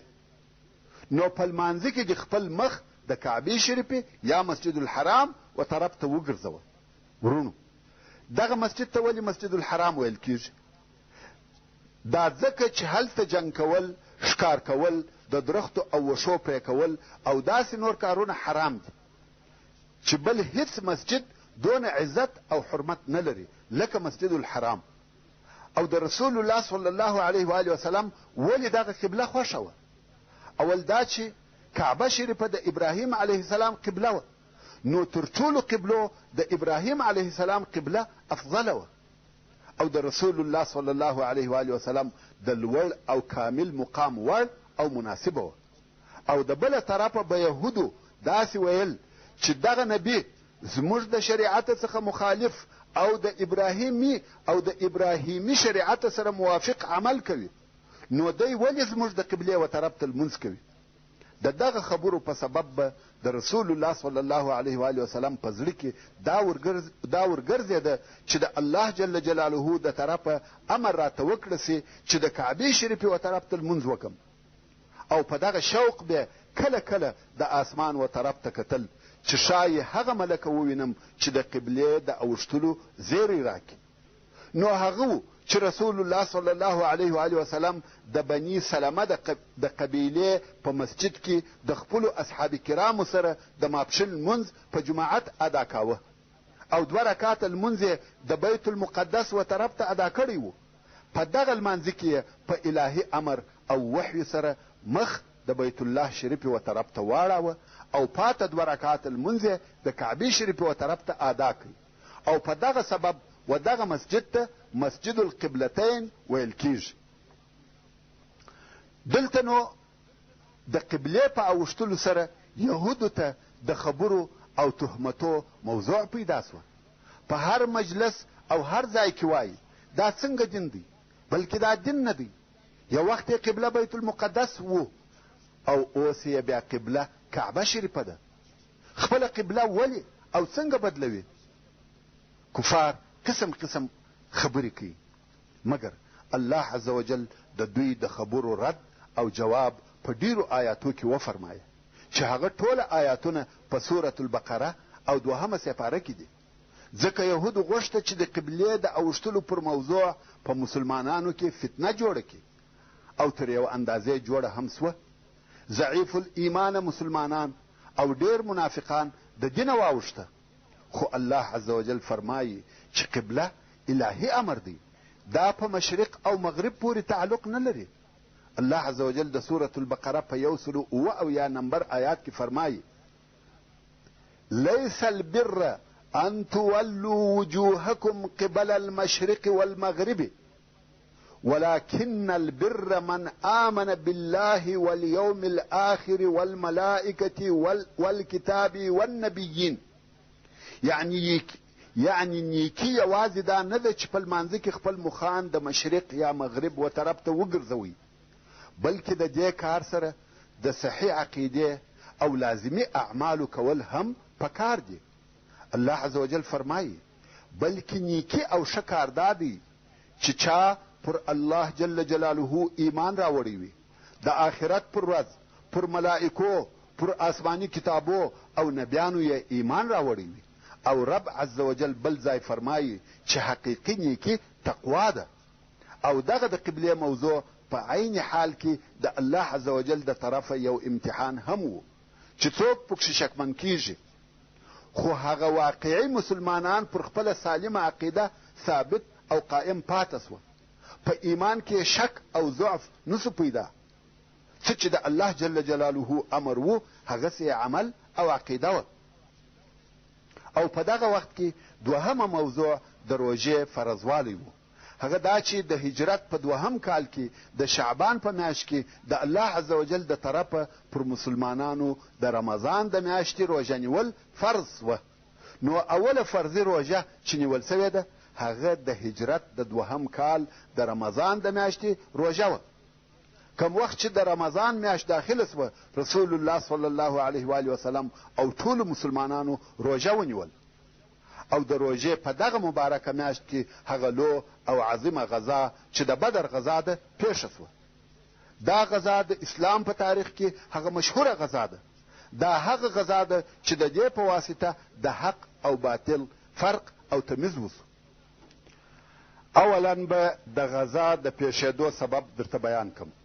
موږ مخکې د عشیره د غزا بیان درته وکړي چې د قریشو یوه قافله د مکې مکرمې څخه و شام ته تله او رسول الله صلی الله علیه و آله وسلم و دغه قافلې ته د حملې کولو دپاره ورووتی. خو هغه قافله سالمه ځینې ولاړه. اوس چې د شام څخه د هغې قافلې د بیرته راتلو وخت رانږدې سو رسول الله صلی الله علیه و آله وسلم طلحه ابن عبید الله رضی الله تعالی عنه او سعید ابن زید رضی الله تعالی عنه د مدینې منورې د شمال و طرف ته ولېږل چې د دغه قافلې د بیرته راتګ معلومات وکړي. دغه دوه نفره و حورا ته چې د شام د طرفه چې د شام و طرف ته د یوه ځای نوم دی ورسېده او هلته په انتظار کښېنستل تر څو چې ابو سفیان د قافلې سره د شام څخه و دغه ځای ته راورسېدی. دغه دوه نفره په تلوار مدینې منورې ته راغله او رسول الله صلی الله علیه و آله وسلم یې په حال خبر کړي. په دغه قافله کې د قریشو ډېر مالونه وه. په دې قافله کې 1000 اوښه په مالو بار دي چې د مالو قیمت یې و 5 لکو د سرو زرو دینارو ته رسېدی. او د دې قافلې سره فقط د 40 نفرو په شاوخوا کې ساتونکي ورسره دي چې مشر د قافلې ابو سفیان دی. او دې قافلې د قریشو د هغه نورو قافلو څخه یو بل فرق هم درلودی. هغه دا چې هغه نورې قافلې به د قریشو د یو څو نفرو تجارانو وې. خو په دې قافله کې د ټولو قریشو مالونه سته. دا قافله د ټولو قریشو شریکه ده او ټول قریش د دې قافلې د سالم رسېدلو کوشش کوي. اوس نو دغه قافله د مسلمانانو دپاره یو طلایي چانس دی. دغه قافلې مصادره کول او اخیستل پر مشرکانو یو عسکري سیاسي او اقتصادي لو ضربه ده. نو ځکه رسول الله صلی الله علیه و آله وسلم په مسلمانانو کې دا اعلان وکړي چې دا د قریشو قافله ده او په هغه کې د قریشو مالونه دي و دغه قافلې ته څوک را سره وځي شاید الله عز وجل یې ستاسې په نصیب کې. رسول الله صلی الله علیه و آله وسلم په دغه وتلو کې هیڅوک نه دی امر کړی بلکې معامله اختیاري وه. ویل هر څوک چې را سره وځي راضي دي. څرنګه چې په دغه وتلو کې چا دا فکر نه کاوه چې د قافلې په عوض دی د مکې مکرمې د لوی لښکره سره په بدر کې جنګ وسي نو ډېر صحابه کرام په مدینه منوره کې پاته سوه. ځکه دوی داسې فکر کاوه چې د رسول الله صلی الله علیه و آله وسلم دغه د قافلې دپاره وتل به د هغه نورو غزاو او سریو په مثل سره یو وتل وي. نو ځکه هر هغه څوک چې د دغه غزا څخه پاته سوی دی پر هغه هیڅ مسؤلیت نسته او نه وو. حضرت عثمان رضی الله تعالی عنه هم ځان آماده کړي او د وتلو اراده یې وکړه مګر د ده رضی الله تعالی عنه زوجه رقیه رضی الله تعالی عنها چې د رسول الله صلی الله علیه و آله وسلم لور وه ډېره سخته مریضه وه. نو رسول الله صلی الله علیه و آله وسلم ورته وفرمایل ته د رقیه سره پاته سه او د بدر د غزا څخه د عثمان رضی الله تعالی عنه د پاته کېدو سبب هم دغه و که نه ده رضی الله تعالی عنه د وتلو دپاره تیاري نیولې وه. دلته رسول الله صلی الله علیه و آله وسلم خپل لښکر اماده کوي. هلته په مکه مکرمه کې یوه کوچنۍ واقعه پیښه سوه چې اول به هغه واقعه درته بیان کم او بیا به د اسلامي لښکر و جوړولو ته راسو. عاتکه د عبدالمطلب لور او د رسول الله صلی الله علیه و آله وسلم عمه چې په مکه مکرمه کې وه، یو خوب یې ولیدی چې ډېره یې وبېرول او وارخطا یې کړه. هغې داسې خوب ولیدی چې یو سړی په مکه مکرمه کې په ابتح د یو ځای نوم دی، په ابتح کې ودرېدی او نارې یې کړه: ای غادرانو، ای خائنانو، په 3 ورځو کې خپلو مړو ته ولاړ سئ. بیا د ابتح څخه تر کعبې شریفې پورې راغلی، دلته بیا ودرېدی او نارې یې کړه: ای غادرانو، په 3 ورځو کې خپل مرګ ته ولاړ سئ. او بیا دغه نفر د ابي قبیس غره ته وختی او بیا یې هغه ناره وکړه. وروسته دغه نفر یوه ډبره واخیسته او د مکې مکرمې خواته یې وغورځول. دغه ډبره په هوا کې لکه بم سره وچاوده او یوه ټوټه یې د مکې مکرمې په هر کور کې ولوېده. عاتکې دغه خوب ولیدی چې د تاریخ په کتابو کې د عاتکې د خوب په نامه سره مشهوره دی. عاتکه چې د دې خوب څخه ډېره بیرېدلې وه، دا خوب یې خپل ورور عباس رضی الله تعالی عنه ته ووایه. عباس رضی الله تعالی عنه تر دغه وخته پر هغه خپل پخواني دین یعنی شرک و او هلته په مکه مکرمه کې اوسېدی. عباس هم د دغه خوب څخه وبېرېدی او خپلې خور ته یې وویل: دا خوب چاته مه وایه. مګر په خپله عباس یو ملګری او نږدې اشنای درلودی چې ولید ابن عتبه و او هغه ته یې دا خوب ووایه او دا سپارښت یې پر وکړي چې چاته یې ونه وایي، د ځان سره یې پټ وساتي. ولید ابن عتبه بیا دا خوب خپل پلار ته ووایه او ورته ویې ویل: دا حال چاته مه وایه چې څوک په خبر نسي. مګر ورونو، تاسې ته معلومه ده سر یا پټ راز که تر 2 تیر سو بیا نو پټ راز یا سر نه دی. څوک وایي چې د 2 څخه 2 نفره مقصد دی، یعنی تر 2 نفره زیات که په خبر سوه بیا نو پټ نه پاته کېږي. مګر څوک وایي چې د 2 څخه مقصد 2 شونډان دي، یعنی که دې تر خوله ووتی بیا یې نو د پټ ساتلو امید مه کوه. نو د عاتکې خوب هم وپاشل سو او ټوله مکه په خبره سوه. خو د عباس ابن عبدالمطلب دا خیال دی چې د خوب په حال څوک نه دي خبر او راغلی پر کعبه شریفه طواف کوي. هلته بیا ابو جهل او د قریشو څو نور مشران سره ناست دي او د عاتکې د خوب په باره کې خبرې سره کوي. کم وخت چې عباس رضی الله تعالی عنه د دوی پر برابري راغلی، ابو جهل ورغږ کړه، ویل: یا ابا الفضل، کم وخت چې د طواف فارغه سوې بیا راسه زموږ سره کښېنه. عباس چې د طواف څخه فارغه سو نو هلته ورغلی او د دوی سره کښېنستی. ابو جهل ورته ویل: یا ابن عبدالمطلب، زه وینم چې په تاسې کې نبیان ډېر سوه. عباس ویل: مقصد دې څه دی؟ ابو جهل ویل: کم وخت چې نر در پکښې نبي سو موږ چپ وو، مګر اوس ښځې هم در پکښې نبیانې کېږي. عباس رضی الله تعالی عنه وایي: ته څه وایه؟ مقصد دې څه دی؟ ابو جهل ویل: د عاتکې خوب در یادوم. عباس ویل: کم خوب؟ ځان یې بې خبره ښکاره کړ. ابو جهل ویل: هغه خوب چې داسې او داسې یې لیدلي وه. ابو جهل پوره خبر و او هغه خوب یې ورته ووایه. عباس رضی الله تعالی عنه ویل: دا نه ده صحیح، څوک وایي؟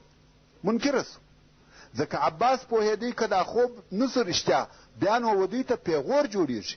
خو ابو جهل یوه سخته جمله وویل، هغه دا چې ویل: په والله که په دغه ورځو کې شی نه سو پیښ، موږ به د عبدالمطلب پر اولاده یو لیک ولیکو چې دوی په ټولو عربو کې هغه درواغجنه کورنۍ ده. او عباس رضی الله تعالی عنه بیا هم انکار کوي. خیر، عباس کور ته ولاړی او دا بیان یې هلته په کور کې وکړي. د عبدالمطلب د کورنۍ ښځې پر راټولې سوې او ویل: ابو جهل د عبدالمطلب پر کورنۍ او اولاده دغسې خبرې کولې او ته ورته چپ وې؟ هغه څنګه دا جرأت پیدا کوي او بیا ته چپه خوله وې؟ دلته نو عباس رضی الله تعالی عنه هم قصد وکړي، که چیرې دا 3 ورځې تېرې سوې او کم شی هم نه سو پیښ نو خود ابو جهل یو څه راته وایي او دا وار که هغه یوه لږ او کوچنۍ خبره هم وکړي زه به جنګ ورسره کوم او وهم به. عباس رضی الله تعالی عنه دا وار عزم او اراده کړې ده چې ابو جهل ته وهل ورکړي. دا قصه دالته په مکه مکرمه کې پرېږده.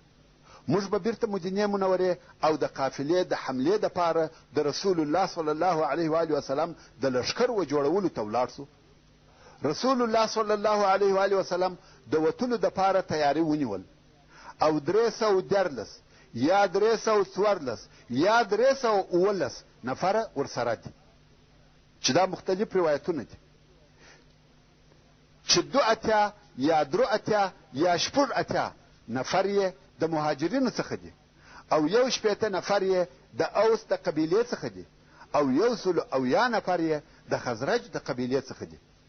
مسلمانانو د دغه راوتلو دپاره کم خاص ترتیبات نه ونیولي او نه خپل پوره ضروريات ورسره اخیستي وه. په دې ټوله لښکر کې فقط 2 اسان وه، چې یو یې د زبیر ابن العوام رضی الله تعالی عنه او بل یې د مقداد رضی الله تعالی عنه او د دغه ټوله لښکره سره او یا اوښه ورسره وه، چې پر یوه اوښ به 2 یا 3 نفره په نوبت سپرېده. یو سپریږي هغه 2 پر پښو ځي او بیا بل سپریږي نور 2 پر پښو ځي. او داسې کسان هم وه چې هیڅ اوښ یې نه درلودی، هغه بیا ټوله لار پر پښو رهي وه. رسول الله صلی الله علیه و وسلم علی ابن ابي طالب رضی الله تعالی عنه او مرثد ابن ابي مرثد رضی الله تعالی عنه په یوه اوښ شریکان وه. د دغه لښکر عمومي بیرغ و مصعب ابن عمیر رضی الله تعالی عنه ته ورکول سو او دغه لښکر و 2 ټولیو ته وویشل سو، چې یوه ټولۍ د مهاجرینو وه او د ټولۍ بیرغ د علي ابن ابي طالب رضی الله تعالی عنه څخه و او بله ټولۍ د انصارو وه چې بیرغ یې د سعد ابن معاذ رضی الله تعالی عنه څخه و. د لښکر د راسته طرف قومندان زبیر ابن العوام رضی الله تعالی عنه او د لښکر د چپه طرف قومندان مقداد ابن عمرو رضی الله تعالی عنه او فقط دغه 2 نفره وه چې په ټوله لښکر کې اسان درلوده. او د لښکر د شاده طرف قومندان قیس ابن ابي صعصع رضی الله تعالی عنه او د لښکر عمومي قومندان یا قائد اعلی په خپل رسول الله صلی الله علیه و وسلم و. رسول الله صلی الله علیه و وسلم د دغه غریب او غیر کامل لښکر سره د مدینې منورې څخه راووتی او د مکې مکرمې پر هغه عمومي لار رهي سو تر څو چې و بئر الرحاته ورسېدی. د دغه ځای څخه چې لښکر بار سو نو یې د مکې مکرمې عمومي لار و چپه طرف ته پرېښول او دوی پر راسته طرف د بدر و طرف ته رهي سوه تر څو چې و صفرا ته نږدې سوه او د هغه ځای څخه د خپلو اصحابو څخه 2 نفره چې یو یې بسبس ابن عمرو و او بل یې عدي ابن الزغباء و بدر ته ولېږل چې د قریشو د قافلې معلومات وکړي. بسبس او عدي ولیده چې یو سړی د بدر د اوبو پر غاړه ناست دی او 2 انجونې هم د بدر د اوبو و طرف ته رهي دي، غواړي چې اوبه یوسي. دغه 2 انجونې پر لارې خبرې سره کوي. بسبس او عدي یې اوري، یوه ورته وایي هغه زما حق راکه، هغه بله وایي ښه دی صبر وکه چې دغه قافله را ورسېده ځینې رابې نیسم او در بیکم. د دغه خبرو څخه دغه 2 نفره مسلمانان پوه سوه چې قافله په دغه منطقه کې نږدې ده. نو رسول الله صلی الله علیه و وسلم ته د قافلې د نږدېوالي خبر وروړي. اوس نو قافله پسې راواخله. ابو سفیان چې د قافلې مشر او مسؤله دی، کم وخت چې مدینې منورې ته نږدې سو ډېر پام او احتیاط کوي. دی پوهېدی چې د مکې مکرمې لار په خطرو ډکه ده. مخته به یې د معلومات دپاره نفر لېږل او هر څوک چې به پر لارې په مخه ورغلی د هغه څخه به یې د لارې پوښتنه کول. لږ وخت وروسته د ده استخباراتو دا معلومات ورته راوړه چې محمد صلی الله علیه و وسلم د خپلو ملګرو سره راوتلی دی چې پر قافله حمله وکړي. ابو سفیان یو سړی چې زمزم ابن عمر نومېدی مکلفه کوي چې مکې مکرمې ته ولاړ سي او د قریشو مشران خبر کړي چې قافله په خطر کې ده. محمد صلی الله علیه و وسلم او ملګرو یې کمین راته نیولی دی. زمزم چې ډېر چالاکه او د خبر په نشرولو کې ډېر ماهره و په تلوار سره مکې مکرمې ته رهي سو. کم وخت چې مکې مکرمې ته نږدې سو کالي یې وکشه، چپه یې واغوسته او بیا یې پر ځان سیسیرې هم کړه. خپله پزه یې وینې کړه او خپل اوښ یې زخمي کړي، په وینو یې اوښ، خپل مخ، خپل بدن او خپل کالي ولړل. په یوه ډېر بیرونکي شکل او قیافه لکه د جنگ د مابین څخه چې راوتلی وي. دی په وینو لړلی، کالي او اوښ یې په وینو لړلي. په دغه بد حالت کې چې د مکې مکرمې و بدحا ته ورسېدی، نارې وهي کومک کومک. خلقو چې د ده نارې واورېدې پر راټول سوه، وایي څه پېښه ده؟ دی جواب نه ورکوي او دغه نارې وهي کومک کومک. خلق نور هم ډېر سوه او پوښتنې ځینې کوي، دی چاته حال نه وایي. خلق چې ښه ډېر سوه، دی د دې ځای څخه رهي سو. خلق په پسې دي، هر څه پوښتنې ځینې کوي چې څه پېښه ده، دی جواب نه وایي او د کومک نارې وهي. څو کعبې شریف ته ورسېدی، دلته یې بیا نارې کړه کومک کومک. ټول اهل مکه پر راټول سوه، پوښتنې کوي، دی حال نه وایي. بیا د ابي قبیس د غره و طرف ته رهي سو، غره ته وختي او بیا نارې وهي کومک او کومک. په ټوله مکه مکرمه کې څوک نه سوه پاته چې را دې نسي، ټول پر راټول دي. دلته نو د قافلې د حال په ویلو شروع وکړه چې محمد صلی الله علیه و آله وسلم پر قافله حمله کوي او زه ابو سفیان راولېږلم. دی نو دلې پرېږده، عباس رضی الله تعالی عنه او د عاتکې خوب پسې راواخله. عباس ابن عبدالمطلب رضی الله تعالی عنه وایي د خوب په درېیمه ورځ د کوره راووتم او د خوب د رښتیا کېدو دپاره تر اوسه هیڅ نه دي پېښ سوي. نو ما دا اراده کړې وه که چیرې ابو جهل یو څه راته وویل، ښه جنګ به ورسره کوم. راغلم پر کعبه شریفه طواف کوم. کم وخت چې د طوافه فارغه سوم، د لرې مې ابو جهل ولیدی او د هغه و طرف ته ورهي سوم. غواړم چې دی یو څه راته ووایي او زه پر راواچوم، ښه جنګ ورسره وکړم. خو ابو جهل په ځغستا زما پر طرف را رهیدی. دلته مې بیا دا خیال سو چې دی هم زما سره د جنگ اراده لري. خو دی چې تر ما راورسېدی په هغه ځغستا تر ما تیر سو. دلته مې بیا دا خیال سو چې زما څخه بیریږي، راڅخه ولاړی. خو بیا وروسته پوه سوم چې ده هغه د زمزم چغې او نارې اورېدلې وې و هغه ته ورهي و او ما نه وې اورېدلې. اوس نو دلته په مکه مکرمه کې د دغه خبر تر اورېدلو وروسته خلق د وتلو دپاره امادګي نیسي، ځانونه د جنګ دپاره تیاروي. ډېر ژر د مکې مکرمې خلق د وتلو دپاره تیار سوه او ویل یې آیا محمد صلی الله علیه و آله وسلم او د ده ملګري پر دې قافله هم داسې خیال کوي لکه د ابن حضرمي؟ هیڅ کله به داسې نه وي. والله موږ بې وده ته ور وښو. د مکې مکرمې پر کفارو وتل حتمي وه، یا به دی په خپله وتی یا به د ځان په عوض کې بل څوک لیږي. خو دوی ټوله په خپله ووته. خاصتا د اشرافو او مشرانو څخه یې هیڅوک نه سو پاته بې له ابولهبه چې د رسول الله صلی الله علیه و آله وسلم اکاو. هغه نه غوښته چې دې جنګ ته ووځي، نو یې د خپل ځان په عوض کې بل نفر ولېږي. ځکه د ابولهب پر دغه سړي دغسې یو پور پاته و. ویل زما هغه طلب یې په دغه کې مجره، خو ته به وایې چې زه د ابولهب پر ځای راوتلی یم. هغه هم قبوله کړه او ابولهب پاته سو. او قریشو د خپل شاوخوا د عربو قبیلې هم د ځان ملګري کړې او د قریشو د شاخو څخه هیڅوک نسو پاته چې و دې جنګ ته ونوځي بې له بني عدي څخه. د بني عدي څخه یو نفر هم ونوتی. دغه د مکې مکرمې د مشرکانو لښکر د وتلو په وخت کې د 1300 نفرو په شاوخوا کې و. د دې لښکره سره 100 آسان او 600 زغري ورسره وې او اوښان ډېر زیات ورسره وه چې واقعي شمېر یې نه دی معلوم. د دغه لښکر عمومي قومندان ابو جهل ابن هشام و. د دغه لښکر د خوراکي اکمالاتو مسؤله د قریشو د مشرانو څخه نه نفره وه. د لښکر د خوړلو دپاره یې یوه ورځ نه اوښان حلالول او بله ورځ یې 100 اوښه حلالول. اوس چې لښکر د وتلو دپاره تیار سو او غواړي چې ووځي، دلته د قریشو یوه بله موضوع ور په یاد سوه چې دې موضوع دوی په شک او تردد کې واچول چې ووځو که یا. دا تردد یې د هغه واقعې په سبب و چې څه موده مخکې د قریشو او کنانه د قبیلې په مابین کې پیښه سوې وه. هغه داسې د کنانه د قبیلې یو نفر د قریشو یو نفر ووژي یا مړ کړي. د دغه مړي ورور چې د قریشو څخه و د قاتل یا د کنانه د قبیلې سره پر دیت صلح او فیصله وکړه. د وژل سوي ورور په بدل کې یې دیت واخیستی.